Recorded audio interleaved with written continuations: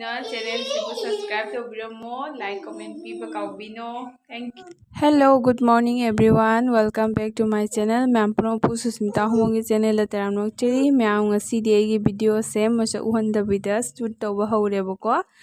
Siga laire ai ayuki ising sa laga laire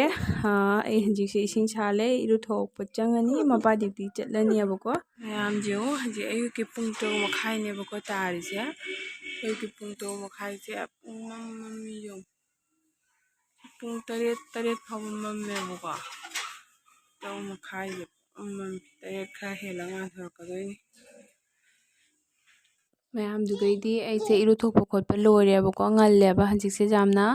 ado hadi mapa piti chatpa matamsiga aisu hogotleba ado nganba hadi pung 3 khaisiga mamina ko ado hanjiksiga chana thangale si chana phulin chana phutpa lore hanjik chana se ngaurani tado ngaurachu mapadi charoeba ma hala chadoini horen Ma'am ai hanji angang school thinba chatna bana loisanba hawrebako adoi angang singju pija pithaktana lore hanji angang school thinba chalani machaton tummi machaton hawgalaktebako machaton hawgalaktrigde papa loisalle machaton ju hanji ma hawgalani ngahak leiradi jong machaton hanji tumna leiri jinghalake jengu Ma'am mana tummingai sigane ai tumina tawraga hawdoktabida kajal jeje awrebako ai manata changa ai wasu ngangdre tumina kajal jeje awre adudo haidi angangnina horen tum hawgala mamaide dum khara tathokpiraga ingbasiga ko kajal je adi puba janaba haina adoi kajal jeje aga thamme makana tummi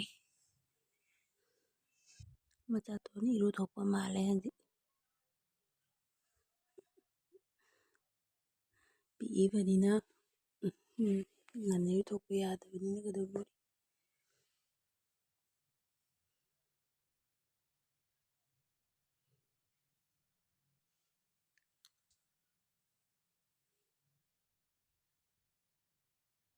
Hanjik thuai angang thunga adoi lambidani namaroigebako machatona tum hawreba adoi prabhap ai halebako hale chen charaga chen na thilamme hadi machaton tum hala thanamme basiga jingalaki jong machaton tumna leirambagi pharani natradine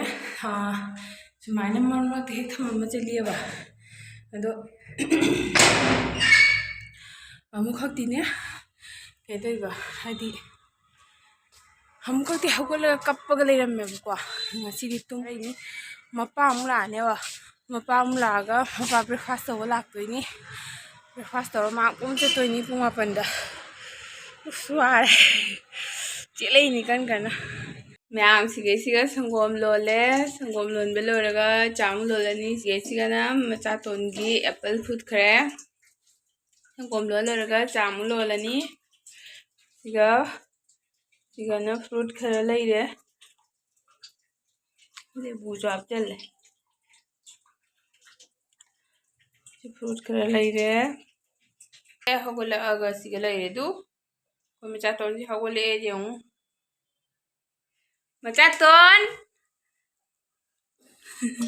Godu moina suna sangdokhreba aduga aina cha lole cha simu khara thani mayam siga loire sitafol do dudoneba sise do amadi munmangina kairammeba kaidana siga leire do ai khubi june nail polish koga leire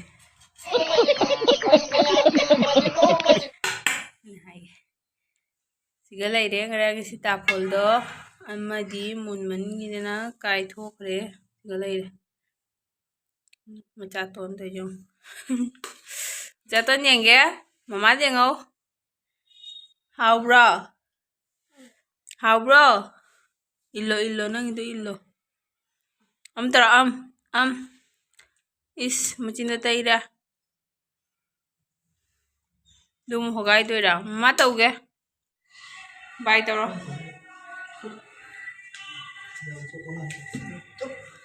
la bye taro bye taro mu pa la jai la ꯃꯆꯥꯇꯣꯟ ꯌꯦꯡꯉꯣ kiwi ꯃꯨꯛ ꯆꯥꯔꯦ ꯃꯥ fruit ꯌꯥꯝ ꯄꯥꯝꯃꯦꯕ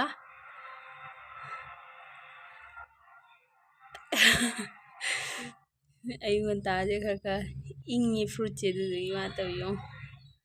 ꯍꯥꯎꯇ꯭ꯔꯕꯣ ꯍꯥꯎꯇ꯭ꯔꯦ ꯑꯃꯨꯛꯀ ꯆꯥꯏꯕꯗꯨꯒ kiwi ꯑꯃꯈꯛ ꯄꯤꯖꯔꯦ ꯑꯃꯨꯛ ꯃꯌꯥꯝ ꯁꯤꯒꯤꯁꯦ ꯕ꯭ꯂꯦꯡꯀꯦꯠ ꯀꯣꯚꯔꯅꯤ ꯑꯩꯅ ꯂꯧꯍꯧꯔꯤꯅꯤ ꯉꯔꯥꯡꯁꯤꯒ ꯐꯦꯔꯤꯋꯥꯂꯥ ꯂꯥꯛꯄꯗꯒꯤ ꯂꯨꯄꯥ 300 ꯄꯤꯔꯒ ꯂꯧꯍꯧꯔꯤꯅꯦꯕꯀꯣ ꯑꯗꯣ ꯍꯣꯡꯕ꯭ꯔꯥ ꯇꯥꯡꯕ꯭ꯔꯥ ꯍꯥꯏꯔꯛꯑꯣ ꯃꯌꯥꯝ ꯐꯤꯁꯦ ꯁꯨꯃꯥꯏꯅ ꯇꯧꯋꯤꯗꯣ ꯐꯤꯁꯦ ꯌꯥꯝꯅ ꯐꯠꯇꯕꯁꯨ ꯅꯠꯇꯦ ꯌꯥꯝꯅ ꯐꯕꯁꯨ ꯅꯠꯇꯦ ꯍꯥꯏꯒꯗ꯭ꯔꯥ ꯈꯪꯗꯦ ꯑꯗꯨꯝ ꯐꯩꯌꯦꯕꯀꯣ ꯑꯗꯨꯗ ꯃꯣꯏ 400 ꯍꯥꯏ ꯑꯗꯣ 300ꯗ ꯂꯧꯍꯧꯔꯤꯅꯤ ꯃꯃꯥꯡꯗꯅꯅꯦ 500 ꯍꯥꯏꯔꯤꯕ ꯑꯇꯣꯞꯄ ꯅꯤꯄꯥꯡ ꯈꯛꯇ ꯑꯗꯣ ꯑꯩꯒꯤꯁꯤꯅ 300ꯗ ꯇꯧꯔꯒ ꯂꯧꯍꯧꯔꯦꯕ ꯍꯣꯡꯕ꯭ꯔꯥ ꯇꯥꯡꯕ꯭ꯔꯥ ꯍꯥꯏꯔꯛꯑꯣ ꯃꯌꯥꯝ ꯑꯩꯁꯤꯒ ꯉꯁꯥꯏ ꯃꯣꯝꯄꯥꯛ ꯐꯧꯗꯣꯛꯑꯝꯃꯦꯕꯀꯣ ꯂꯥꯛꯇꯅ ꯑꯗꯣ ꯑꯩ ꯅꯍꯥꯟꯉꯩꯗꯤ ꯕꯥꯠꯔꯨꯝꯗ ꯐꯤꯁꯦ ꯁꯨꯏ ꯑꯗꯣ ꯉꯁꯤꯗꯤꯅꯦ ꯁꯤꯒ ꯁꯨꯔꯒꯦꯅ ꯂꯥꯛꯏꯅꯦ ꯍꯥꯏꯗꯤ ꯃꯊꯛꯁꯤꯒ ꯑꯩꯁꯤꯒ ꯁꯔꯞ ꯍꯥꯞꯈ꯭ꯔꯦꯕꯀꯣ ꯁꯔꯞ ꯍꯥꯞꯈ꯭ꯔꯦ ꯐꯤꯅꯦ ꯇꯤꯡꯁꯜꯂꯝꯃꯒꯦ ꯐꯤꯁꯦ ꯌꯥꯝꯃꯤ ꯉꯁꯤꯁꯦ ꯌꯥꯝꯅ ꯁꯤꯁꯦ ꯃꯌꯥꯝ ꯁꯤꯁꯤꯅꯦ ꯀꯩꯅꯣꯅꯦ ꯕꯦꯗꯁꯤꯠ ꯑꯣꯏꯅ ꯊꯥꯅꯩꯌꯦꯕꯀꯣ ꯕꯦꯗꯁꯤꯠ ꯑꯣꯏꯔꯁꯨ ꯊꯥꯕ ꯌꯥꯏꯑꯕ ꯀꯝꯕꯜ ꯇꯥꯏꯞꯇꯅꯤ ꯕꯦꯗꯁꯤꯠ ꯑꯣꯏꯅ ꯊꯥꯏ ꯂꯨꯝꯃꯤ ꯌꯥꯝ ꯑꯗꯨꯒ ꯑꯃꯨꯛ ꯑꯃ ꯇꯤꯡꯉꯅꯤ ꯑꯉꯥꯡꯒꯤ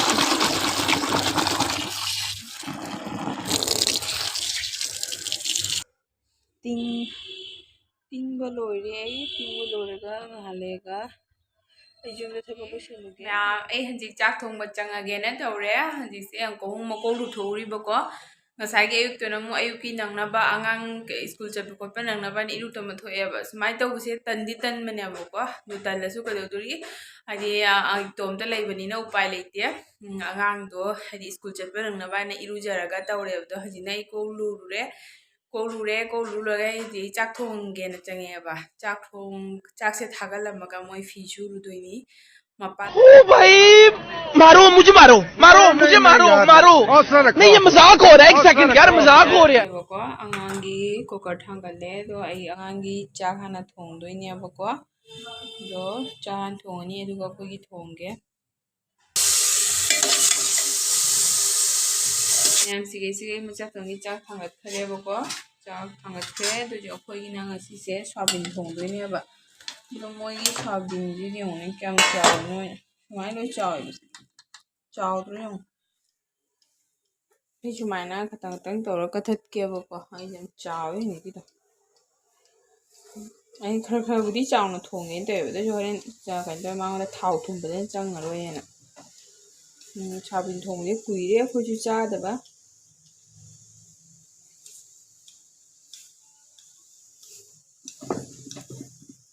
दाम चावल में तो कथलनी है तो कथला रोइदा सी दिम थम्मन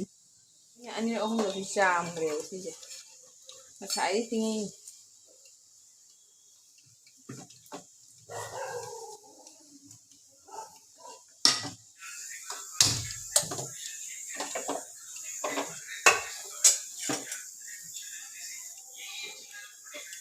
अदुनो महावनी दो असिनो मुखरा दो अमा दो चोपदो टेस्ट ओइनाने लाइना सुना थोंगेबा खतना प्रेस तौरगना थोंगनी तिलौ सुखरदन चोप तौरगा थाव हैरगेबको अंजी थाव से केन तौगे स्वाबिन याना ngौहिगेबको तारे दो मचा तोंगी चाक सुमुंदना मुथत खरेना मैम सिगे आलू से अनौबा आलू नेबको हदक चहिगे अनौबा आलू ने दुना मकुजे सुमाना खतंग खतंग दि जावरे दोसो एने चानिंगने ने हाइबदगी मपान लवरिनेबको किलोदा लुपा 50 नते किलोदा लुपा 10 पिएने किलोदा लुपा 10 ते पीबने अनौबा थोरकनेबो दोइना अनौबा से चानिंगेना हाउदोनी मैम से जान मैम चाक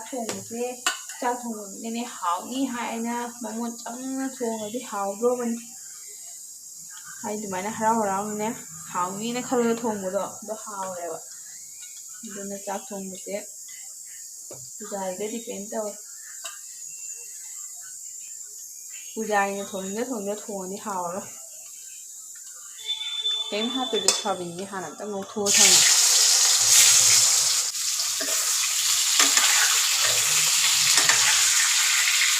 जेसिगा थांजे निमिसे मार्केट ओय अदुदुगी हुई पोट लौबसे हुई अयाम्बा हप्ता आमदे हप्ता मोइन लौरेबा मरक वालगसु खरा खरा लौरी दो अयाम्बनादी हप्ता आम दुमाने दुगी दबे जगासे लौरे दो थांजेसे हयेंग ओइबनिना दो ngasibugi tomato hapro ngahang mulande mule khara khara कोथरनी मैम योरेन सिजन हाउदोबन खरा गोल्डन ब्राउन ओरे से कोथोगा थमनागने आई अतई से कनो तौदोबन तड़का लगाइदोबन मसाई पुखम दे कोथोते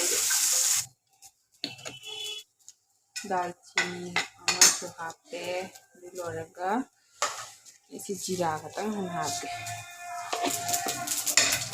हाउदोनी मैम सिगी हिंजांग से सिंग हापे को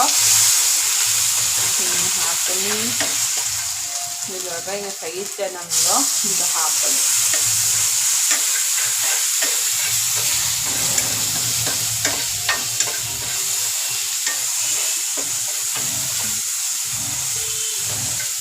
पुलाव जो हापन रगे तो पुलाव कोई न मुन्हल लगे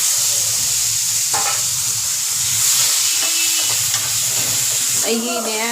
खांग से नोना बिनु हाइदी सी खांग से ने जुमदगी पुरकने बा जुमदगी हाइदने अइना सिगा लाखदा अदो सी खांग से कनो नॉन स्टिक पैन ने बा नॉन स्टिक पैन ना कोइने सिजना जाम नुंगाय बने चा थोंबा अदो दुगा अमता कासु काते दुगा ने मागी ने अमुबजे खख लोइरा बको खरा ngौरी ngौरी तोरको दुगा इना मसिदी यो लाइक जो हप्ते लग मसिदी आइना ने आइना लोइ खोट लगे लोइ ngौहल लगे आइना खरा तउरेबा दुगैदो मासुमाय होय थोखरे नोंना बिनु म्यामना ऐ संदा आलू तखायरगा थम्मे excuse me मुले मरवती मुले मरी नातंग लेथगे आलू जे हापा ngawon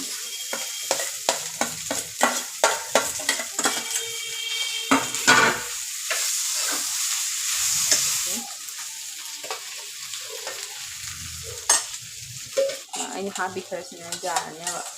karen jira khara hapaga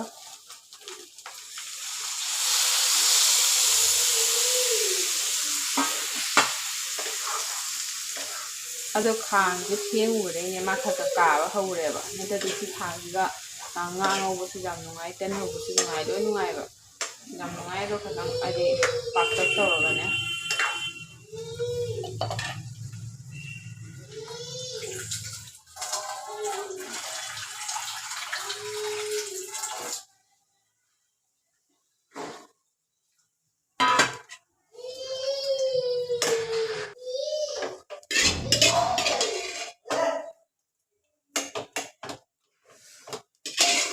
तो चाके मनी लांगमे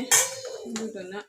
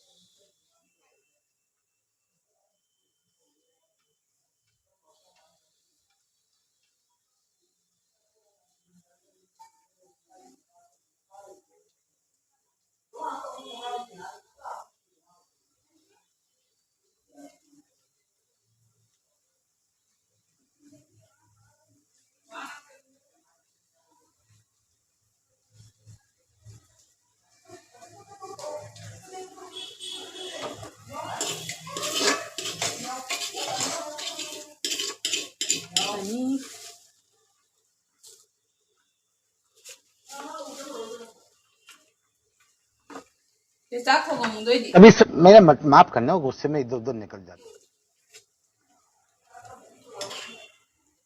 चाक थोंगमुदोइदी चाक तैना थोंदोइबा हिंजांग थोंग लोरे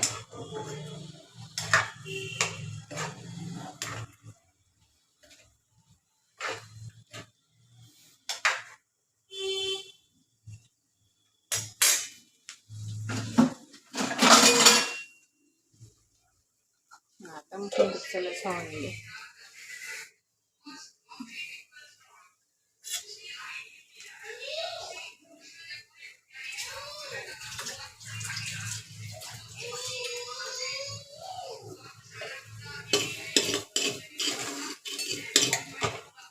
chắc tụi cha cái lùi để mà có hai đùa cái mai thì hai đùa thôi nó thùng đấy ai hinjang thong lùi để mà có mà tiệc mà nằm dress cái này đấy ai cái nó tôi phải đi công cái thái lùi đấy rồi ai thầm mani chắc thì hay thong mà mấy hình gì ngang lâu quá lại mà có hay thì mà ba tôi làm cái ngay vậy nè Pagbago lang po tangay kanina mana katpadawa rin do ay na oy na lae ba angang lo ba lae chak ma thakala mo na hindi angang lo po nini ang lagaw